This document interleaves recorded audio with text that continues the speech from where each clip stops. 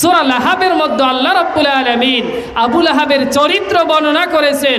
কোরআনুল কারীমে আল্লাহ রাব্বুল আলামিন অসংখ্য কাফেরের চরিত্র বর্ণনা করেছেন। আল্লাহ রাব্বুল আলামিন এই বর্ণনাগুলো দিয়ে কিন্তু আমাদেরকে ইতিহাস হিসাবে কোরআনকে পাঠায়নি। কোরআনকে কি ইতিহাস পড়ার জন্য পাঠাইছে? আমাদেরকে এখান থেকে শিক্ষা নিতে বলেছে।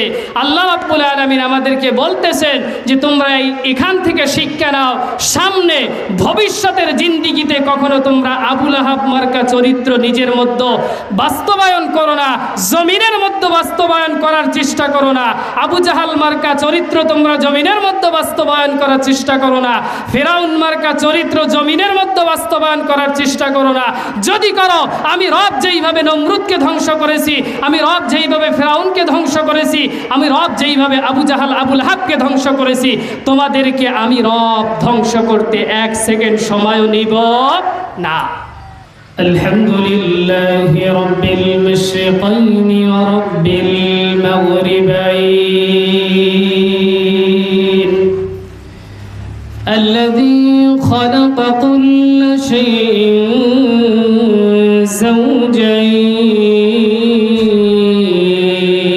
যাওজাইন ওয়া আওজাবা আলাইনা লিল ইহসান আল ইয়াকিন ওয়া নাশহাদু আন লা ইলাহা ইল্লাল্লাহু ওয়াহদাহু লা শারীকা লাহু ওয়া নাশহাদু আন্না সাইয়্যিদানা ওয়া সানাদানা ওয়া হাবিবানা ওয়া হাবিব রাব্বিনা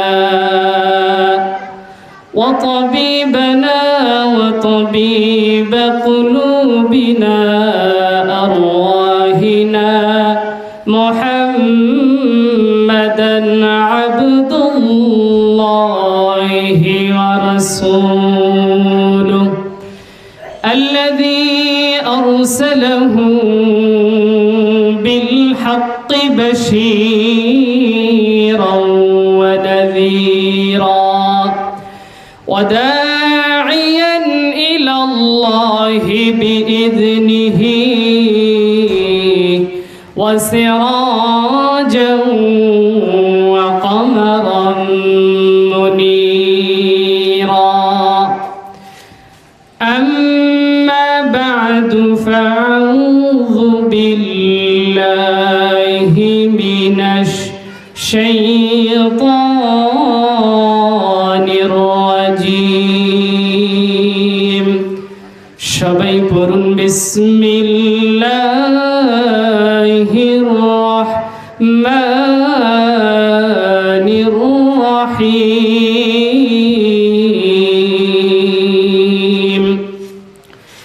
تبت يدا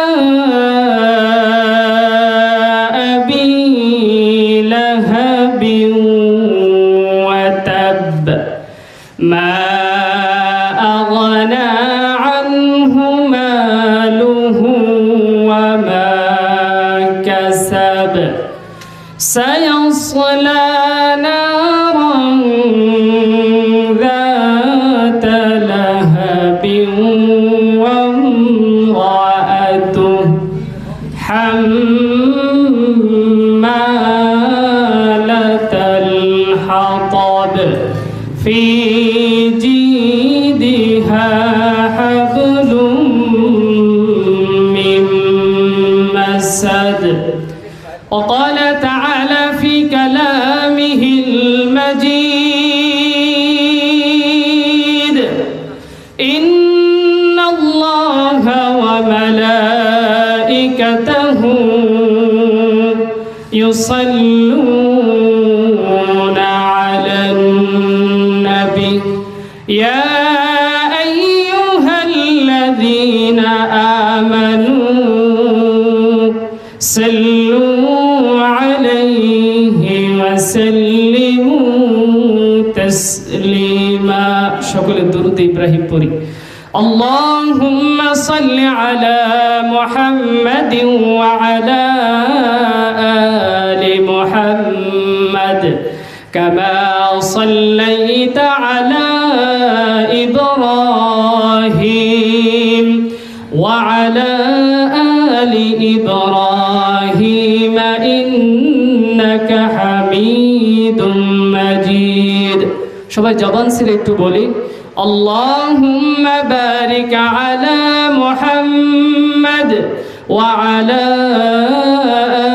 آل محمد كما باركت على إبراهيم وعلى آل إبراهيم إنك حميد مجيد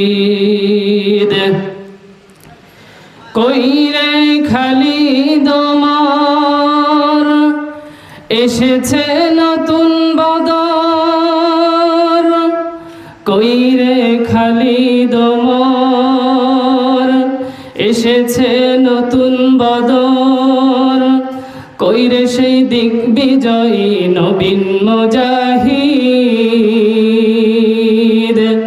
এখনো কি গাইতে হবে ঘুম ভাঙানি গীত এখনো কি গাইতে হবে ঘুম ভাঙানো গীত আলহামদুলিল্লাহ শুকরিয়া আদায় করে নিচ্ছি যে মহান রব্বুল আলামিন আমাদেরকে এই পুরো মহল্লার মধ্য থেকে এই তাফসীরুল কোরআন মাহফিলের জন্য কবুল করলেন গোটা কয়েকজন মানুষকে আমাদের যাদেরকে আল্লাহ রাব্বুল আলামিন কবুল করেছেন নিঃসন্দেহে আল্লাহ রাব্বুল আলামিন আমাদেরকে ভালোবাসেন ঠিক না যদি ভালো না বাসতেন তাহলে আপনিও এই ময়দানে এসে বসতে পারতেন না অনেক মানুষের ইচ্ছা আছে কিন্তু আসতেছে না চিন্তা করে যাব আরে প্রধান বক্তা উঠুক অথবা 10টা বাজুক শেষের দিকে গিয়ে মোনাজাত শেষ করে চলে আসব কিন্তু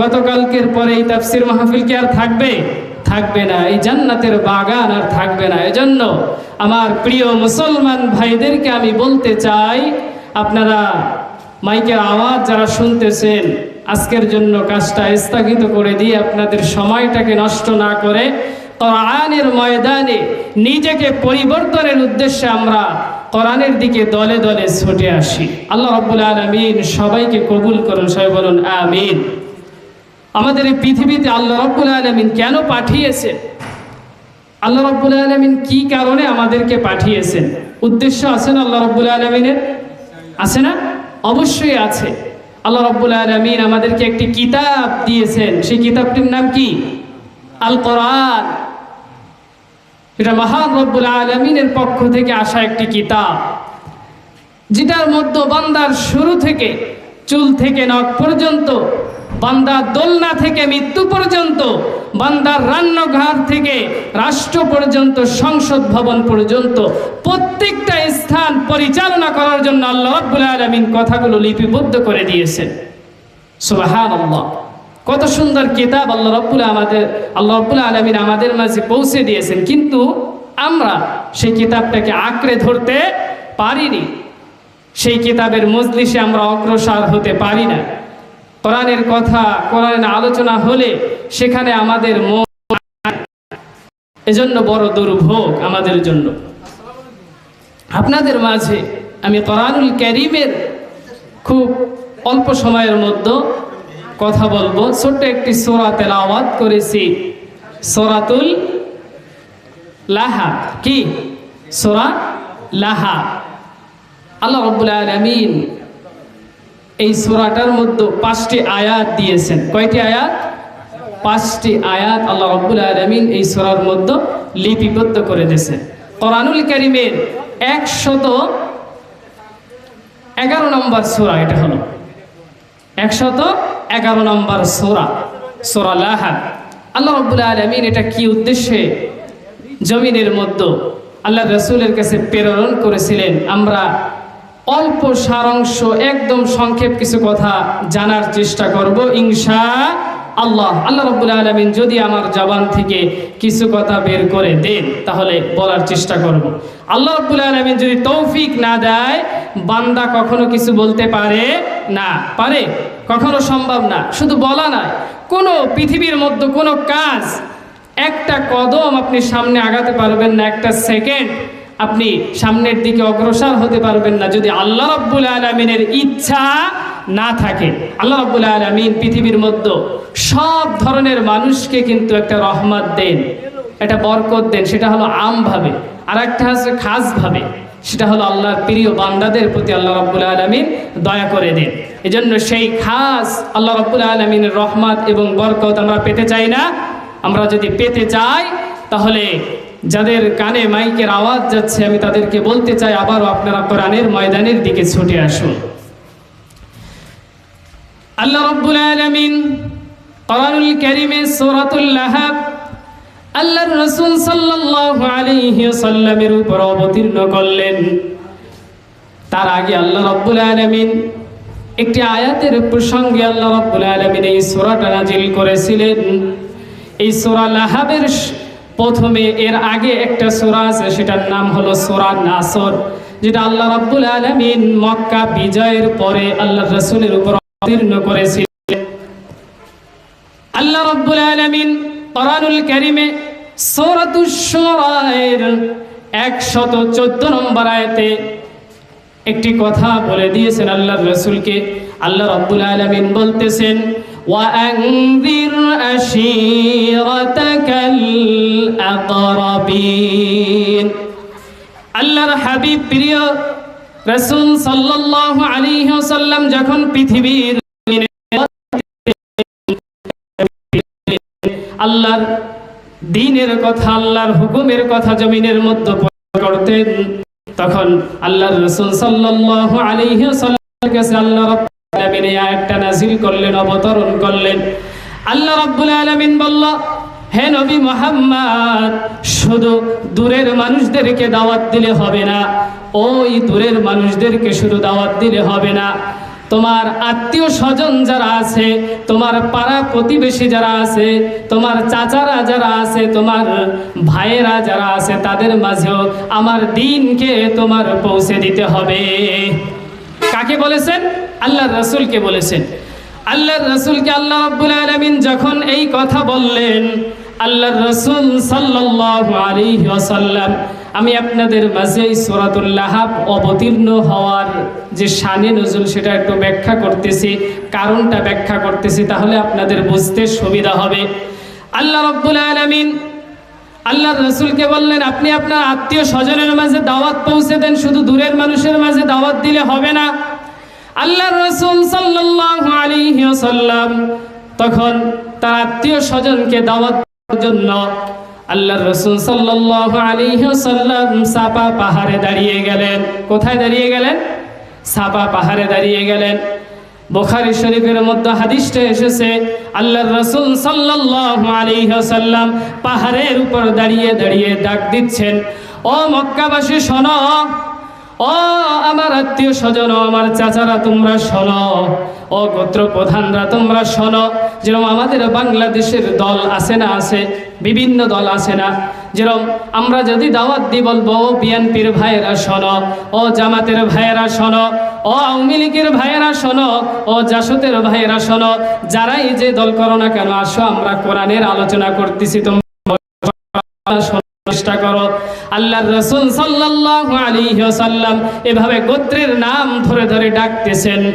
সাফা পাহাড়ের উপর দাঁড়িয়ে দাঁড়িয়ে যখন ডাকটা দিলেন, আল্লাহ রাব্বুল আলামিন আল্লাহর রাসূল সাল্লাল্লাহু আলাইহি ওয়াসাল্লামের ওই ভাষাটা, ওই বাণীটা বাতাসের সঙ্গে মিশিয়ে দিয়ে প্রত্যেকটা আওয়াজ প্রত্যেকটা মানুষের দরজার কিনারায় পৌঁছে দিলেন। আল্লাহ রাব্বুল আলামিন যখন এই আওয়াজটা মানুষের ঘরের কিনারায় পৌঁছে দিলেন, প্রত্যেকটা মানুষ জানতে পারলো মুহাম্মদ কি যেন আজকে বলবে, আমাদেরকে ডেকেছে পাহাড়ের কিনারায় চলো। সকালবেলায় সবাই যখন রাসূল ডাক দিলেন সবাই উপস্থিত হলেন। সকল মানুষ যখন পাহাড়ের কাছে গিয়ে উপস্থিত হলেন, উপস্থিত হওয়ার সঙ্গে সঙ্গে আল্লাহর রাসূল সাল্লাল্লাহু আলাইহি ওয়াসাল্লামের মুখের ভাষাটা ছিল এমন, মুখের বাণীটা ছিল এমন, ও আমার চাচারা শোনো, ও আমার মক্কাবাসী শোনো, ও আমার আশেপাশের মানুষরা তোমরা আমার বাণীটা শোনো। আমি যদি তোমাদের মাঝে বলি ওই পাহাড়ের ওপারে, ওই পাহাড়ের কিনারায়, ওই পাহাড়ের অপর পাশে একদল সৈন্য দাঁড়িয়ে আছে, একদল মুজাহিদরা দাঁড়িয়ে আছে, সুযোগ পেলেই তোমাদেরকে হত্যা করে দুনিয়া থেকে বিদায় দিয়ে দিবে। কুরাইশবাসীরা, ওই মক্কাবাসীরা শোনার সঙ্গে সঙ্গে, মক্কাবাসীরা এই কথাটা শোনার সঙ্গে সঙ্গে বলল, ও মুহাম্মদ তুমি যদি বলে থাকো তাহলে আমরা নিঃসন্দেহে বিশ্বাস করে নিলাম তোমার কথা সত্য, কারণ মুহাম্মদ তুমি কখনো মিথ্যা বলো না, আমরা এটা জানি। কারা বলেছে? কাফেররা বলতেছে যে মুহাম্মদ তুমি কখনো মিথ্যা বলো না, এটা আমরা জানি, তোমার কথা আমরা বিশ্বাস করে নিলাম। আল্লাহর রাসূল সাল্লাল্লাহু আলাইহি ওয়াসাল্লামকে সত্যের সার্টিফিকেট দিচ্ছে কাফেররা। আল্লাহর রাসূল তাদের কাছ থেকে এই মুখনিসৃত বাণীটা শোনার সঙ্গে সঙ্গে বুক ভরা আশা নিয়ে তাদের মাঝে আল্লাহর আয়াতের কথা অনুযায়ী, আল্লাহ রাব্বুল আলামিনের বাণী অনুযায়ী তাদের মাঝে আল্লাহর রাসূল সাল্লাল্লাহু আলাইহি ওয়াসাল্লাম একটি বাণী পৌঁছে দিলেন।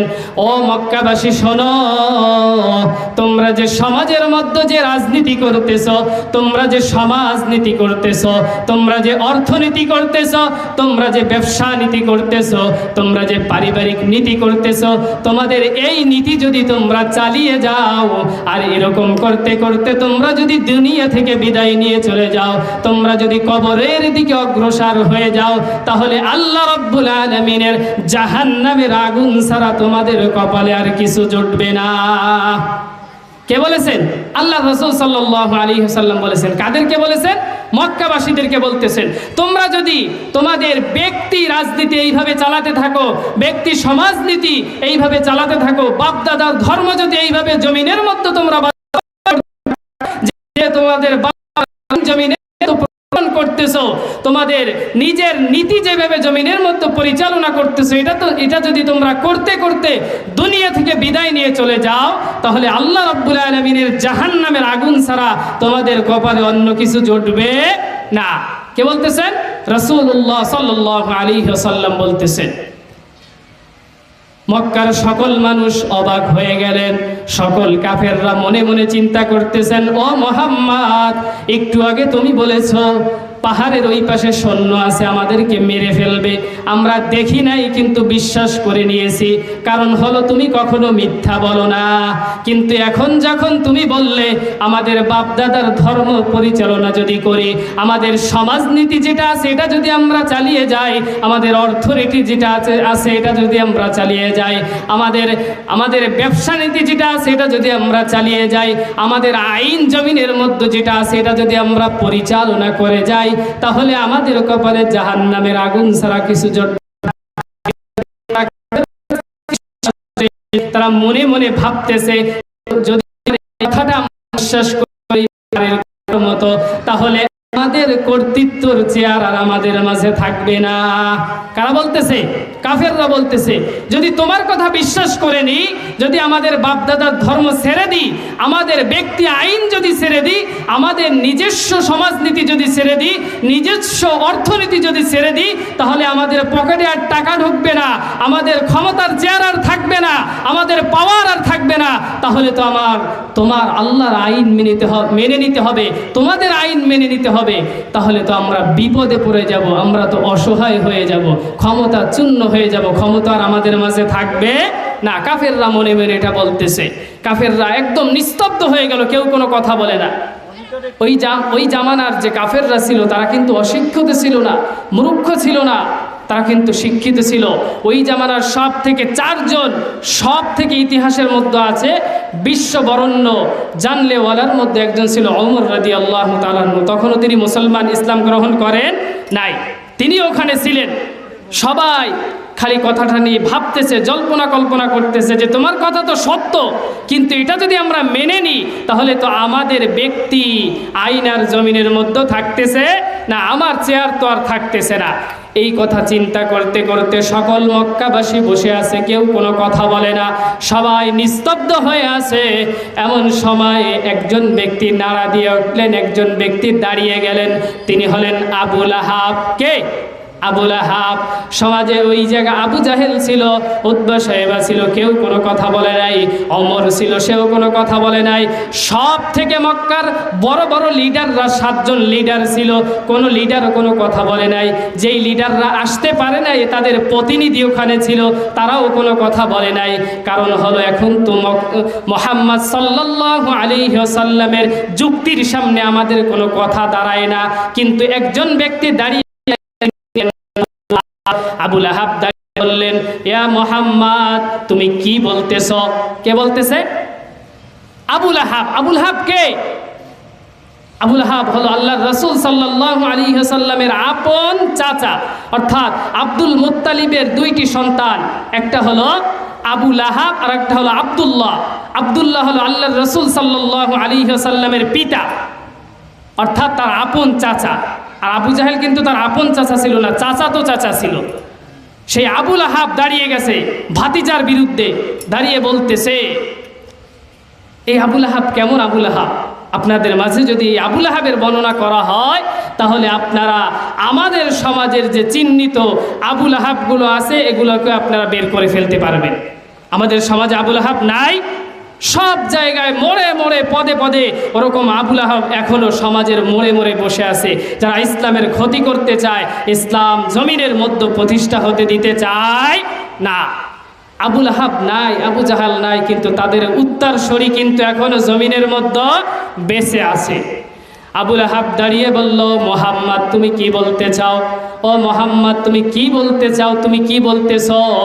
আমাদের এত কাজ রেখে তোমার কথা অনুযায়ী আমরা, আমাদের ব্যস্ততা রেখে আমরা তোমার কথা অনুযায়ী তোমার মাঝে হাজির হয়েছি তোমার কথা শোনার জন্য, কিন্তু তুমি কি কথা বলতেছ? তোমার এ কেমন কথা?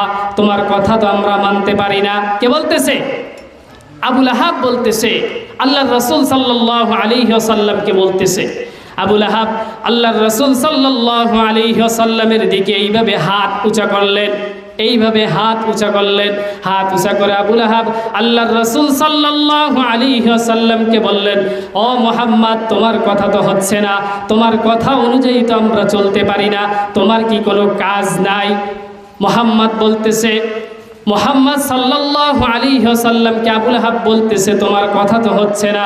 বলতে বলতে আবু লাহাব মাটি থেকে একটা পাথরের টুকরা উঠিয়ে এইভাবে আল্লাহর রাসূল সাল্লাল্লাহু আলাইহি ওয়াসাল্লামের দিকে পাথরটা ছুঁড়ে মারলেন। আল্লাহর রাসূল সাল্লাল্লাহু আলাইহি ওয়াসাল্লামের কপালে গিয়ে আবু লাহাবের এই পাথরটা লেগে গেল।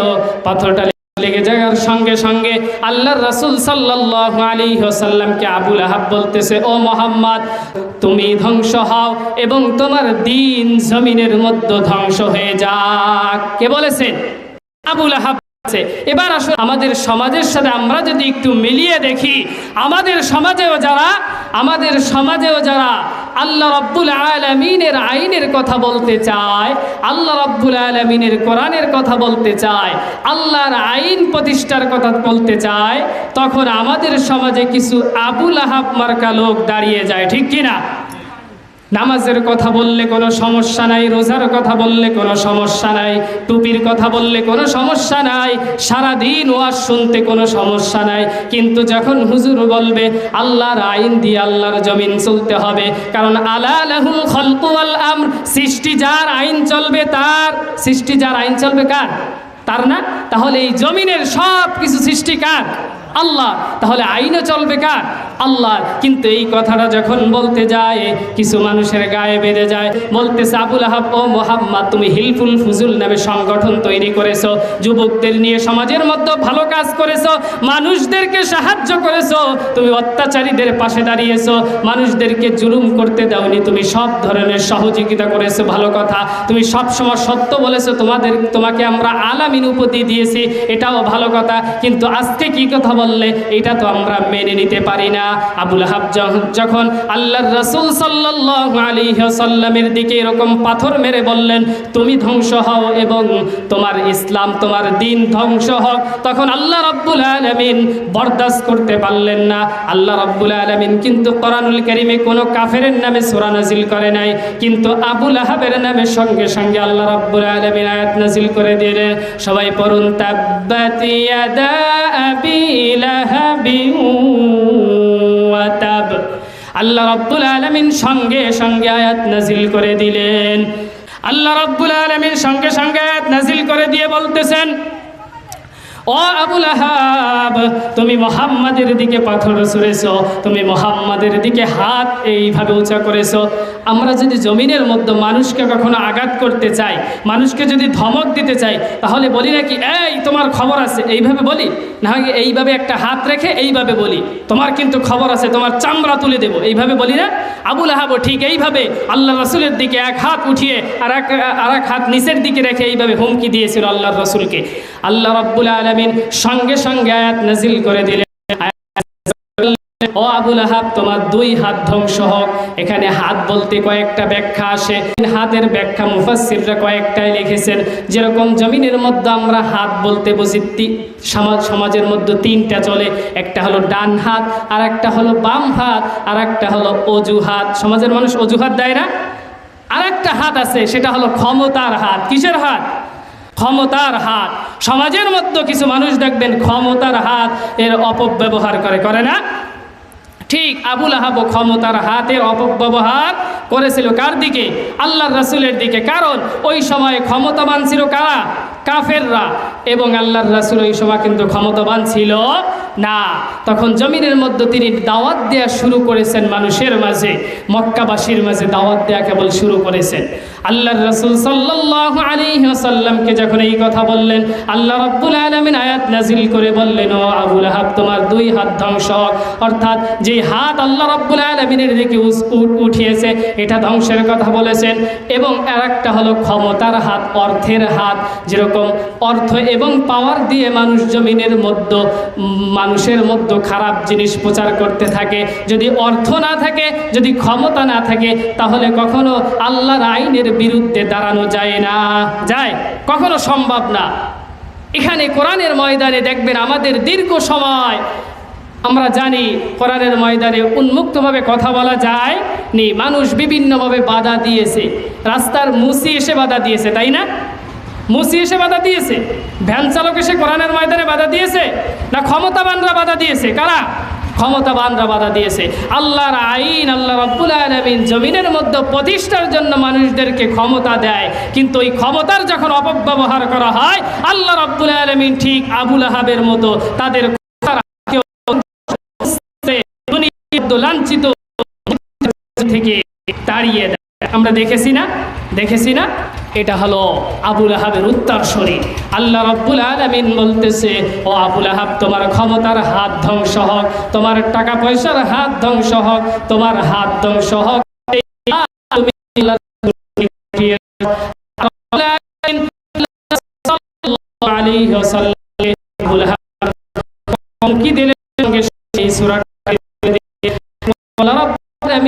আবু লাহাব বলতেছেন, ও আবু লাহাব তোমার ধ্বংস হোক ক্ষমতা এবং তোমার টাকা পয়সা যা কিছু আছে সব কিছু জমিনের মধ্যে ধ্বংস হয়ে যাবে।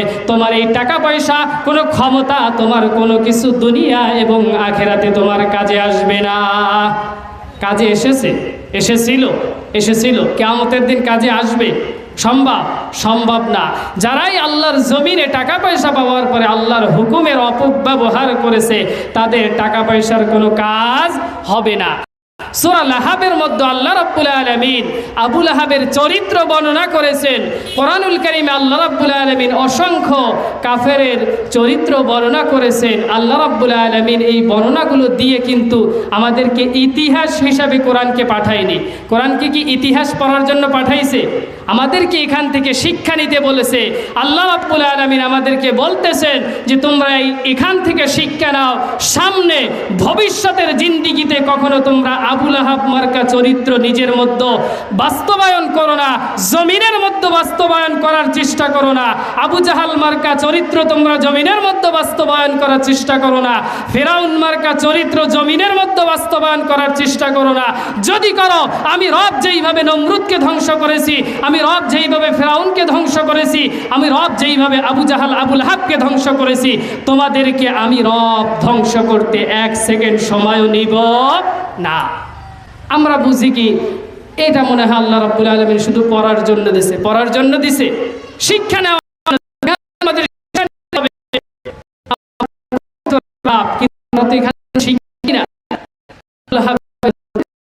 অর্জন করেনি, তাহলে কোনো ভালাই আসবে না, আখিরাতেও কোনো ভালাই আসবে না। এই সূরার মধ্যে আল্লাহ রাব্বুল আলামিন 3টি বিষয় আলোচনা করেছে। একটা হলো আবু লাহাব সম্পর্কে, আর একটা হলো উম্মে জামিল আবু লাহাবের স্ত্রী সম্পর্কে আলোচনা করে সে আল্লাহ রাব্বুল আলামিন। উম্মে জামিলের কাজ ছিল কি জানেন? তার কাজ ছিল একজনের মধ্যে আর একজনের মধ্যে দ্বন্দ্ব বাঁধিয়ে দেওয়া। কি বাঁধিয়ে দেওয়া? দ্বন্দ্ব বাঁধিয়ে দেওয়া। আপনি যদি চান যে এই সমাজের মধ্যে দ্বন্দ্ব বাঁধাবেন, একজন মানুষ আর একজনের মানুষের মধ্যে খুব ভালো সম্পর্ক, তাদের সম্পর্কটা নষ্ট করবেন, তাহলে আপনার বেশ সময় লেগে যাবে, কমপক্ষে 1 মাস 2 মাস সময় লেগে যাবে। তাদের পিছনে ঘুরতে হবে, আস্তে আস্তে তাদের বিরুদ্ধে কথা বলতে হবে, এরপরে তাদের সম্পর্কের মধ্যে ফাটল ধরবে। কিন্তু উম্মে জামিলের এরকম সময় লাগতো না। তার একটা তুরির ব্যাপার ছিল মানুষের মধ্যে সম্পর্ক নষ্ট করার জন্য। তিনি সব সময় এই খারাপ কাজগুলো করে বেড়াইতো জমিনের মধ্যে। এবং আল্লাহ রাব্বুল আলামিন এই সূরার মধ্যে আবু লাহাবের সন্তানদের ব্যাপারে আলোচনা করেছেন। কাদের ব্যাপারে? আবু লাহাবের যে সন্তান ছিল তাদের ব্যাপারে, যাদেরকে বলা হতো সোনার সন্তান, সোনার হরিণের মতো তাদেরকে বলা হতো। অর্থাৎ তারা জমিনে কোনো খারাপ কাজ করতে পারে। একজন ছিল উতবা, আরেকজন ছিল হলো মুতআব, আরেকজন হলো উতাইব। এই উতাইব এমন কোনো খারাপ কাজ নাই জমিনের মধ্যেও করে নাই, ও করতে বাকি রাখে নাই। এমন কোনো কাজ ওর বাকি নাই যেটা আল্লাহর বিরুদ্ধে গেছে। সব অপব্যবহার জমিনের মধ্যে চালানোর চেষ্টা করেছে। কারণ বাপকা বেটা, আমাদের সমাজের মধ্যে আমরা যদি নিজেকে পরিবর্তন না করতে পারি, আমাদের সমাজকে পরিবর্তন না করতে পারি, তাহলে আমাদের সমাজে কখনো শান্তি আসা সম্ভব নয়। আল্লাহ রাব্বুল আলামিন বলতেছে, জমিনের মানুষ শোনো, তোমাদেরকে আমি জমিনের মধ্যে অনর্থক পাঠাইনি। আমি প্রথমে আপনাদেরকে যে কথা বলতেছিলাম, আল্লাহ রাব্বুল আলামিন আমাদের জমিনের মধ্যে অনর্থক সৃষ্টি করে নাই, বিনা কারণে সৃষ্টি করে নাই। আল্লাহ রাব্বুল আলামিন আমাদেরকে খেলাফত দিয়ে জমিনের মধ্যে প্রতিষ্ঠা করেছেন, জমিনের মধ্যে সৃষ্টি করেছেন। আল্লাহ রাব্বুল আলামিন বলেছেন, জমিনের মধ্যে তোমাদেরকে পাঠিয়েছি, আমার জমিনের মধ্যে আমার হুকুমত তোমরা বাস্তবায়ন করবে। কার হুকুমত? বাবার হুকুমত? দাদার হুকুমত? নিজের হুকুমত? না কার হুকুমত? আল্লাহর হুকুমত। যিনি আমাদেরকে সৃষ্টি করেছেন তার হুকুমতে এই জমিনের মধ্যে প্রতিষ্ঠার জন্য আল্লাহ রাব্বুল আলামিন আমাদেরকে পাঠিয়েছে। আবার দেখবেন, যারা এই হুকুমতের জন্য কাজ করবে, যারা আল্লাহর জমিনে আল্লাহর দ্বীনের জন্য কাজ করবে, তাদেরকে কিছু লোক বাধা দেবে। কি করবে? বাধা দেবে। তাদেরকে কিছু লোক তাদেরকে ওই কাজ থেকে ফারেক থাকার জন্য তাদেরকে বিভিন্ন সিস্টেমে তাদেরকে বাধা দেওয়ার চেষ্টা করবে। সেটা হোক ক্ষমতার সিস্টেমে, হোক টাকা পয়সার সিস্টেমে, হোক নিজের পাওয়ারের সিস্টেমে, অথবা নিজের প্রভাবের সিস্টেমে, বিভিন্ন সিস্টেমে তারা বাধা দেওয়ার চেষ্টা করবে। জমিনের মধ্যে আল্লাহর আইন যারা প্রতিষ্ঠার কাজ করবে। আল্লাহ রাব্বুল আলামিন কি বলেছেন জানেন? আল্লাহ রাব্বুল আলামিন বলেছেন, কাবরা আলাল মুশরিকিনা মা তাদউহুম ইলাই। আল্লাহ রাব্বুল আলামিন বলে দিয়েছেন, শারা'a লাকুম মিনাদ-দীন মা ওয়াসসা বিহি নূহা ওয়াল্লাযী আওহাইনা ইলাইক ওয়া মা ওয়াসাইনা বিহি ইব্রাহিম ওয়া মূসা ওয়া ঈসা আন আকিমুদ-দীন ওয়া লা তাতাফাররাকু ফি কাবুরা আলাল মুশরিকিনা মা তাদউহুম ইলাইহি। আল্লাহ রাব্বুল আলামিন বলেছেন, সব নবীরা যেমন জমিনের মধ্যে দ্বীন প্রতিষ্ঠার জন্য কাজ করেছেন, দ্বীন কায়েমের জন্য যেমন জমিনের মধ্যে কাজ করেছেন, ও উম্মতে মুহাম্মাদি তোমরাও দিন প্রতিষ্ঠার জন্য জমিনের মধ্যে কাজ করো। রাসূল আপনিও জমিনের মধ্যে দিন কায়েমের জন্য, আমার হুকুমত বাস্তবায়নের জন্য কাজ করেন, কারণ জমিনের মধ্যে সব থেকে উত্তম কাজ হলো এটা। আপনি জমিনের মধ্যে আমার হুকুমত যখন বাস্তবায়ন করতে থাকবেন, জমিনের মধ্যে যখন হুকুমত বাস্তবায়ন করতে থাকবেন, ওয়ালা তাতাফাররাকু ফি, আল্লাহ রাব্বুল আলামিন বলেছেন তোমরা তোমাদের মধ্যে মত পার্থক্য সৃষ্টি করো না, তোমাদের মধ্যে দলাদলি সৃষ্টি করো না। কে উঁচা টুপি পরে, কে নিচা টুপি পরে, কে লম্বা জুব্বা পরে, কে ফাড়া পাঞ্জাবি পরে, কে কোন মাদ্রাসায় পড়েছে, কে স্কুল করেছে, কে কোন জায়গায় আছে, এটা দেখার সময় নয়। যখন আল্লাহর দিন প্রতিষ্ঠার প্রশ্ন আসবে, আল্লাহর কোরআনের কথা আসবে, আল্লাহর কোরআনের আইনের কথা আসবে, তখন কোনো দল দেখার সময় নাই, তখন কোনো ধরনের টুপি দেখার সময় নাই, তখন কোনো ধরনের পাঞ্জাবি দেখার সময় নাই। তখন আল্লাহর হুকুমের জন্য, আল্লাহর আইন প্রতিষ্ঠার জন্য হাতে হাত ধরে আমাদের ঐক্য করে তুলতে হবে। কি করে তুলতে হবে? আল্লাহর জমিনে আল্লাহর আইন প্রতিষ্ঠার জন্য ঐক্য করে তুলতে হবে।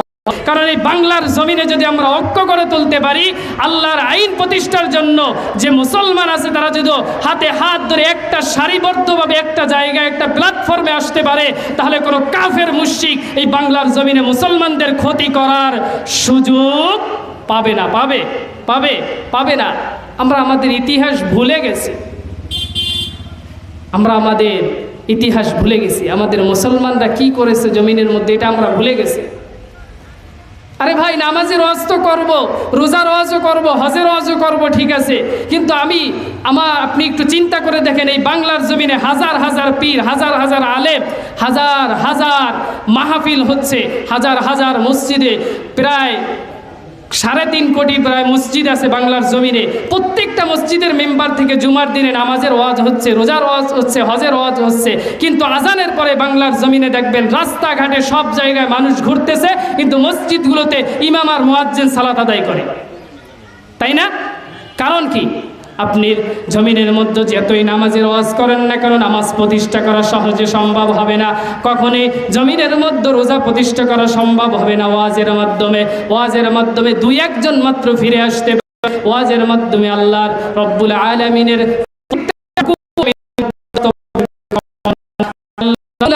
কোরআনের মধ্যে 500টা হুকুম দিয়েছেন। 500টা হুকুম কখনো জমিনের মধ্যে পুরোপুরি বাস্তবায়ন করতে পারবেন না ওয়াজ করে আপনি কখনো, কিন্তু যখনই আল্লাহ রাব্বুল আলামিনের আইন অনুযায়ী, আল্লাহর কথা অনুযায়ী আপনি যখন হাতে হাত ধরে এক প্ল্যাটফর্মে এসে আল্লাহ রাব্বুল আলামিনের কোরআনকে যখন সংবিধান হিসাবে মেনে নেবেন, তখন বাংলার জমিনে প্রত্যেকটা মানুষ আল্লাহর আইন মেনে নিতে বাধ্য হয়ে যাবে, ঠিক কি না?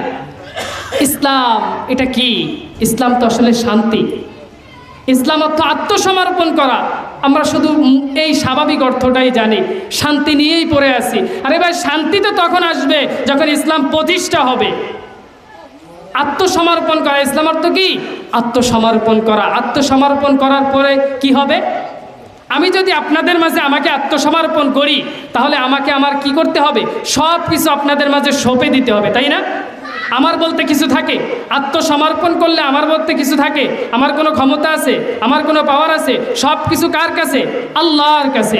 আমি যখন আল্লাহ রাব্বুল আলামিনের কাছে নিজেকে আত্মসমর্পণ করে দেব, তখন একজন মুসলিম হিসাবে তৈরি হয়ে যাব। এজন্য আমাদেরকে আত্মসমর্পণ করতে হবে নিজেকে। কার কাছে? আল্লাহর কাছে। কারণ কি?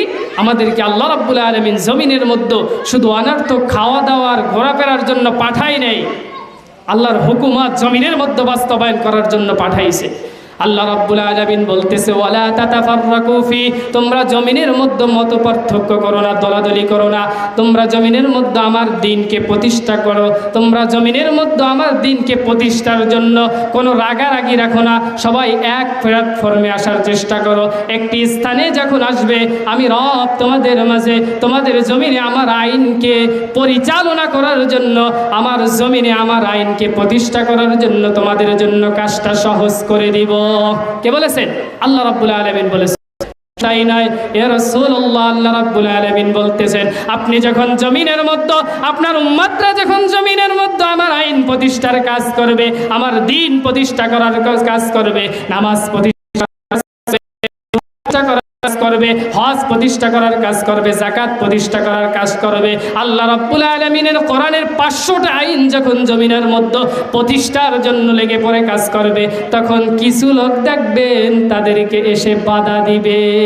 তারা কিন্তু সাধারণ মানুষ নয়, তারা হলো কাবুরা আলাল মুশরিকিনা মা তাদউহুম ইলাইহি। তারা কাদের দলের লোক? মুশরিকদের দলের লোক। কাদের দলের লোক? মুশরিকদের দলের লোক। কারণ মুশরিকদের মাঝে যখন কোরআনের তারা নামাজ পড়বে, রোজা রাখবে, হজ করবে, যাকাত দিবে, মুনাফিক সম্পর্কে আপনারা আলোচনা শোনেন নাই কখনো? তারা কিন্তু সব কাজে যায়। আল্লাহ রাসূল সাল্লাল্লাহু আলাইহি ওয়াসাল্লামের সঙ্গে আব্দুল্লাহ ইবনে মুবা সব কাজেই যাইতো, আল্লাহ রাসূলের সঙ্গে সব কাজ করত, কিন্তু তিনি একটা কাজে যাইতো না। সেটা কি জানেন? সেটা হলো জিহাদের ময়দানে তিনি কখনো উপস্থিত হইতো না। কারণ কি? কারণ তাদের কর্তৃত্ব থাকবে না। কারণ মজা বড় মজা। আল্লাহ রাব্বুল আলামিন বলেছেন, আমি তোমাদেরকে জমিনের মধ্যে তোমরা যখন এইভাবে দাওয়াত কাজ করবে, আমি তোমাদেরকে হুকুমত দিব, বিভিন্ন মানুষকে আমি তোমাদেরকে চেয়ারে বসাবো। যেরকম বাংলার জমিন স্বাধীন হওয়ার পর থেকে আজ পর্যন্ত কত শাসক আসলো আর গেল, কিন্তু আমাদের বাংলার জমিনে কোরআনের ভাগ্যটা আজ পর্যন্ত খুললো না। খুলছে? কখনো খুলছে? কোন সরকার এসে বলছে যে আজকে থেকে এই বাংলার জমিন চলবে আল্লাহর আইন দিয়ে, কোনো ব্রিটিশ আইন দিয়ে বাংলার জমিন চলবে না? বলছে? বলছে? বলে না। কারণ ব্রিটিশ আইনের মধ্যে তো মজা, পকেট ভারী হবে। আর আল্লাহর আইন যদি প্রতিষ্ঠা করে, আল্লাহর সংবিধান যদি সংসদে নেওয়ার চেষ্টা করে, তখন পকেট ভারী হবে না, পকেট থেকে বের হবে। কি হবে? বের হবে। এজন্য আল্লাহ রাব্বুল আলামিন বলছে, তোমাদেরকে আমি ক্ষমতা দিব। কুলিল্লাহুম্মা মালিকাল মুলক তুতিল মুলকা মান তাশা ওয়া তুইজ্জু মান তাশা ওয়া তুযিল্লু মান তাশা বিয়াদিকাল খায়র। আল্লাহ রাব্বুল আলামিন বলছে, তোমাদেরকে আমি জমিনের মধ্যে ক্ষমতা দিব, তোমাদেরকে আমি ইজ্জত দিব, সম্মান দিব। যেই আল্লাহ আমি তোমাদেরকে ক্ষমতা দিয়েছে, ওই আল্লাহ চেষ্টা করলে, ওই আল্লাহ ইচ্ছা করলে আমি তোমাদেরকে ওয়া তুযিল্লু মান তাশা বিইজ্জতি করতে এক সেকেন্ড সময় নিব না। নিছিল যখন আল্লাহর সব আইনের বিরুদ্ধে কাজ করা শুরু করে দিল, আল্লাহ রাব্বুল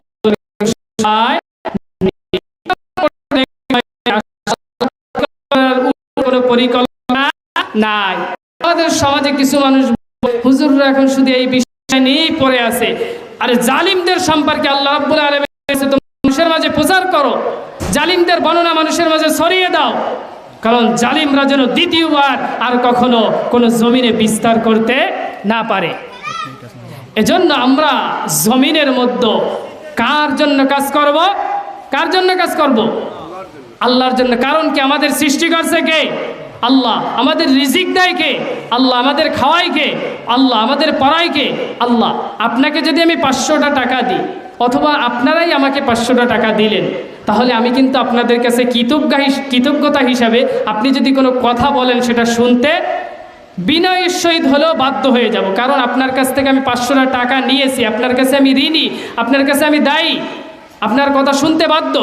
আর আল্লাহ রাব্বুল আলামিন সারাটা জীবন আপনাকে খাওয়াচ্ছে, পড়াচ্ছে, নিঃশ্বাসের সব কিছু আল্লাহ রাব্বুল আলামিন পরিচালনা করতেছে, কিন্তু সেই আল্লাহর জন্য আমরা কাজ করতে চাই না। জমিনের মধ্যে সবাই বলে আল্লাহর আইন প্রতিষ্ঠা করতে হবে। আমরা যখন বলি সৃষ্টিকার আল্লাহ, জমিনকার আল্লাহ, আকাশকার আল্লাহ, সব কিছু কার আল্লাহ, তাহলে আইন চলবে কার? আল্লাহ। কিন্তু ইমাম সাহেব হুজুর দেখবেন, যদি মসজিদে জুমার দিনে দাঁড়িয়ে বলে সৃষ্টি যার, আইন চলবে তার, বিধান যার, আইন চলবেও তার, খাওয়ায় যে আইন চলবেও তার, কথা মানবো তার, পড়ায় যে কথা মানবো তার। কেশিয়ার সভাপতি সেক্রেটারি দেখবেন কানে কানে বলা বলি করে, হুজুর মনে হয় জামাতে যোগ দিয়েছে, তাই না? আসলে কি আইনটা কি জামাতের, কোন ইসলামী দলের আইন? কার আইন? আল্লাহর আইন। আরে ভাই, আপনি যে দল করেন না কেন, আল্লাহর জন্য কাজ করবেন। আপনার দলের মধ্যে যদি আল্লাহর আইন না থাকে, ওই দলকে আপনি লাথি মেরে ছুটে দেবেন, কিন্তু ওই দলের মধ্যে আপনি থাকতে পারেন না, কারণ আপনি একজন মুসলমান। এজন্য দল দেখার সময় নাই। দল যাই হোক না কেন, যদি আল্লাহর আইন থাকে আলহামদুলিল্লাহ, যদি না থাকে তাহলে ওখান থেকে চলে আসব। পারবো না সবাই? এজন্য আমরা আল্লাহর আইন জমিনের মধ্যে প্রতিষ্ঠা করার চেষ্টা করব। আবু লাহাব মার্কা, আবু জাহাল মার্কা চরিত্র আমাদের মধ্যে বাস্তবায়ন করব না। আল্লাহ রাব্বুল আলামিন আমাদেরকে আলোচনার এই শিক্ষাটুকু আমল করার তৌফিক দান করুন। সকলে পারবো তো ইনশাআল্লাহ?